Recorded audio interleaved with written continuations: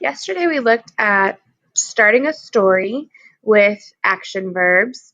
We used the action words, she was bouncing on her toes and shaking her fists. Now I'm going to show you my writing journal and change it from verbs to dialogue. So we had our title, Allie's First Present, and then my story starter was, she was bouncing on her toes and shaking her fists. And this is the rest of my story.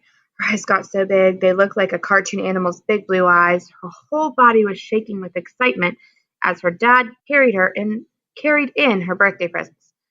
Today I'm going to show you the same story, but instead of starting with action verbs like bouncing and shaking, I'm going to use dialogue. That means people talking. So the title of this story is going to be, Are You Ready? It's the same story. I'm just changing the way I start it in my title. And I'm going to tell it a little bit differently. And I put the date at the top on the corner. Just like we showed you guys, I have my title. Oh, but I had said when we do a title, the first letter of every word is capitalized. I didn't do that here. So I'm going to put those capitalized marks underneath those letters that should be capitalized. 3 lines. Okay, now I can start my story. I'm going to use quotations to show that somebody is speaking. Are you ready, Allie? And then I'm going to end the quotation marks because that's the end of the person speaking. I heard Allie's dad ask her if she was ready before he came around the corner carrying a very big box. I have my dialogue. Are you ready, Allie?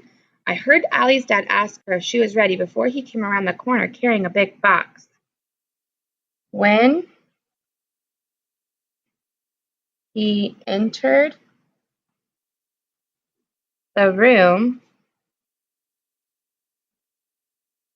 Allie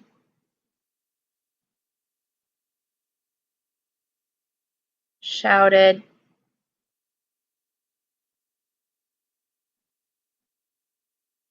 I'm going to use my comma to separate what she's saying from the rest of the sentence and the quotation marks to show that she is speaking. So Allie shouted, "Oh, that's a big one."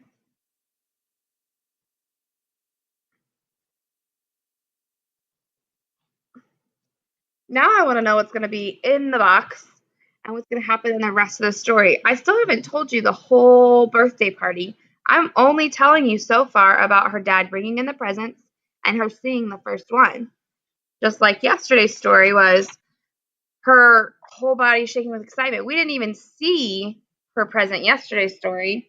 In today's story, we see her dad bringing in the present and we hear dialogue. But I haven't told you the whole story. I've still zoomed in way small on something small in the story. Instead of telling the whole birthday party, I'm still just talking about Allie opening up her present.